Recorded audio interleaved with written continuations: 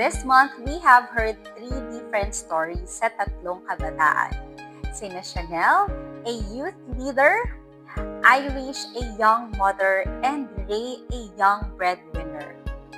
Through their stories, alam kong marami tayong natutunan. And for today's video, allow me to share the things that I've learned from them. A young youth leader, Zsanel. Because of her story, it reminds me that community has really a big impact sa atin. You know, it can be a positive or a negative impact. Like, there will be times na even though that we know what we are doing is right, we believe that we have a very clear motives or intention, and it can really help other people. Other people cannot really accept that. Other people may have a different perspective or different opinion sa lahat ng mga ginagawa natin. Sabi nga nila, gumawa ka ng tama or gumawa ka ng mali, meron pa rin talagang nasasabi ng mga tao. And that's the reality of life. We cannot really stop them from giving their opinions, their judgments sa ginagawa natin. Because sometimes, we cannot expect that people will really understand what we are doing, what we believe in, what we are standing or fighting for. Kaya yung mga hurtful words nila, yung mga judgments or bashing nila, sometimes it makes us silent. Yun nga yung nangyari kay Zsanel. And actually, mas maraming nasasabi ang silence. What I mean by that? When a person is too silent, mas marami kasing naglalaro sa isip nila. It makes them doubt themselves. It makes them think or overthink actually. And to process things minsan in a negative and in a positive way also. But most of the time, maraming mga kabataan ngayon na just because they felt like they were stopped because feeling nila they are not doing the right thing, where in the first place they believe that they are doing the right thing, they tend to overthink and to doubt doon sa mga bagay na ginagawa nila. And they start asking themselves, is it still worth it to fight for it? To pursue it, everything that they are doing. In the very beginning, they have this great understanding and clean intentions towards other people, maybe to inspire other people or to share what they have experienced that is something great. And sometimes because of that silence, you know, there are worst cases na nangyayari sa mga kabataan. Like they tend to lead into suicide because they think that their purpose is not good. They think that they are not acceptable to the community that they have. But on the other side, there's also a positive impact ng community where we belong. Like for example, in the case of Zsanel, yung kanyang family and the church that she belongs, because of their great support and they really believe sa ginagawa nilang mission in this world, they really step up and continue yung ginagawa nila. And their silence is not really a silence of doubting themselves and silence of asking if this really worth it, but it is actually their silent moment or time with God, asking maybe for courage and wisdom on how they're going to do it in a way that it will be acceptable to other people and in a way that other people will also they may not believe, but you know, people will respect them and people just will listen to them irregardless if they will believe or not. And speaking of community, I've learned that hindi talaga lahat is destined to be your friend, to be that closer. Not everyone is destined to have that closer relationship with you. People will come and go into your life.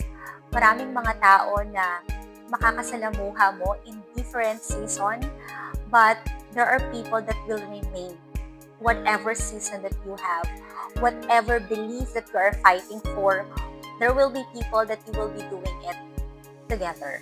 Because that's the reality of life. Hindi naman lahat pare-pareho tayo ng belief, hindi lahat pare-pareho tayo ng direction sa buhay.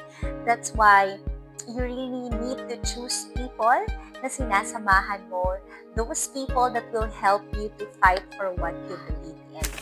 Next is Irish, a young mother. Oh my gosh, I cannot imagine myself being a mother at the age of 17. It's really too young. Hindi pa nga ako nagde-debut noon. That's why saludo din ako kay Irish and sa kanyang story. You know, what I liked about Irish and I've learned from her story is that she focused on the finding solutions sa kanyang situation, not really a problem.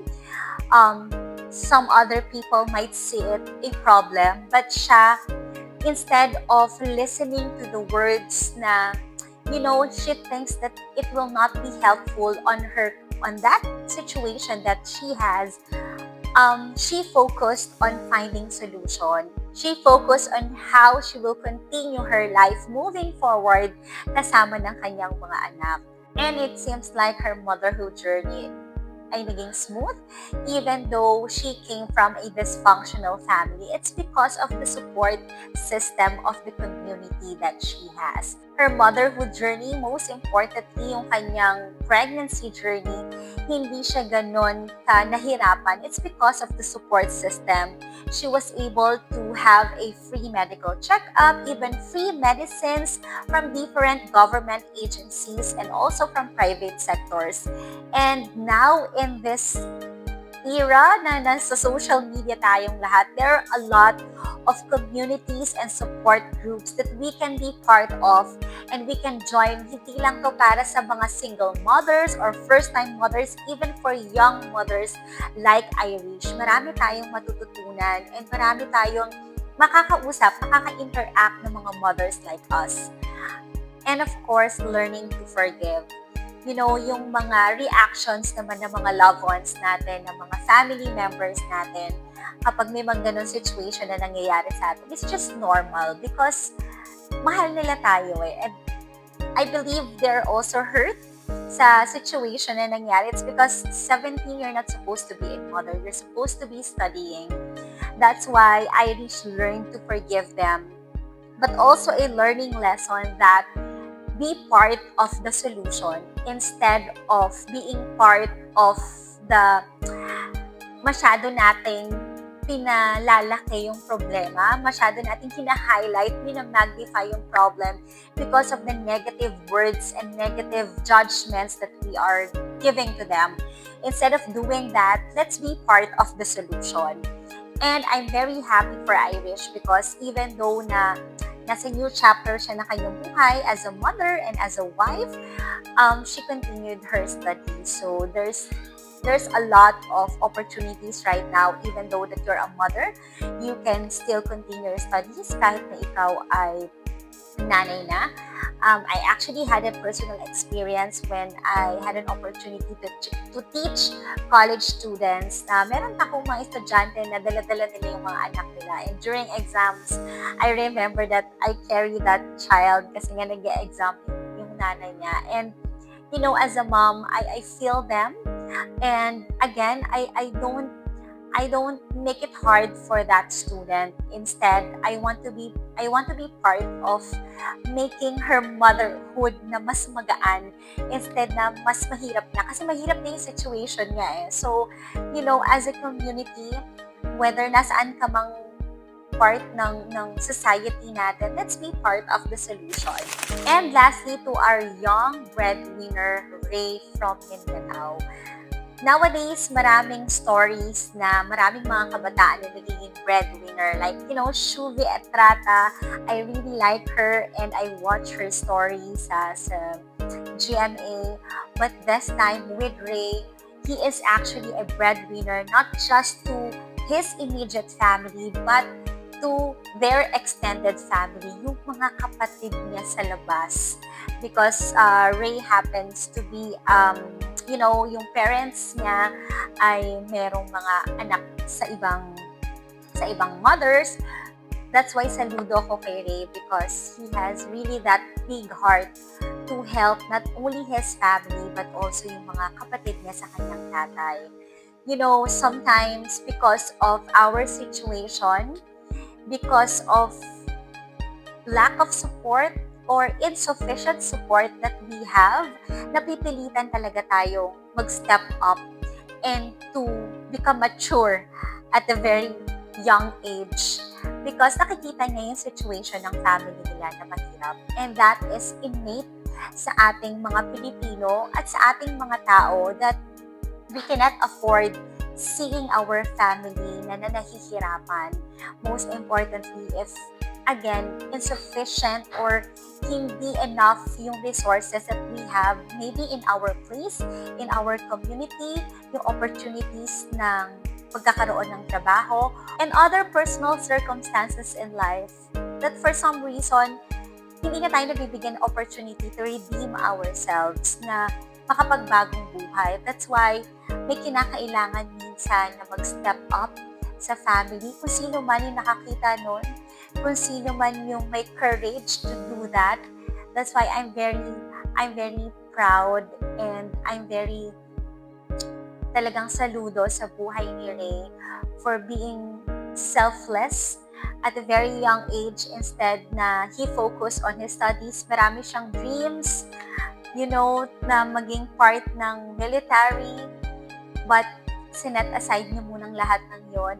And now that he's 24, he still continue to support his family and even yung kanyang mga kapatid sa kanyang tatay.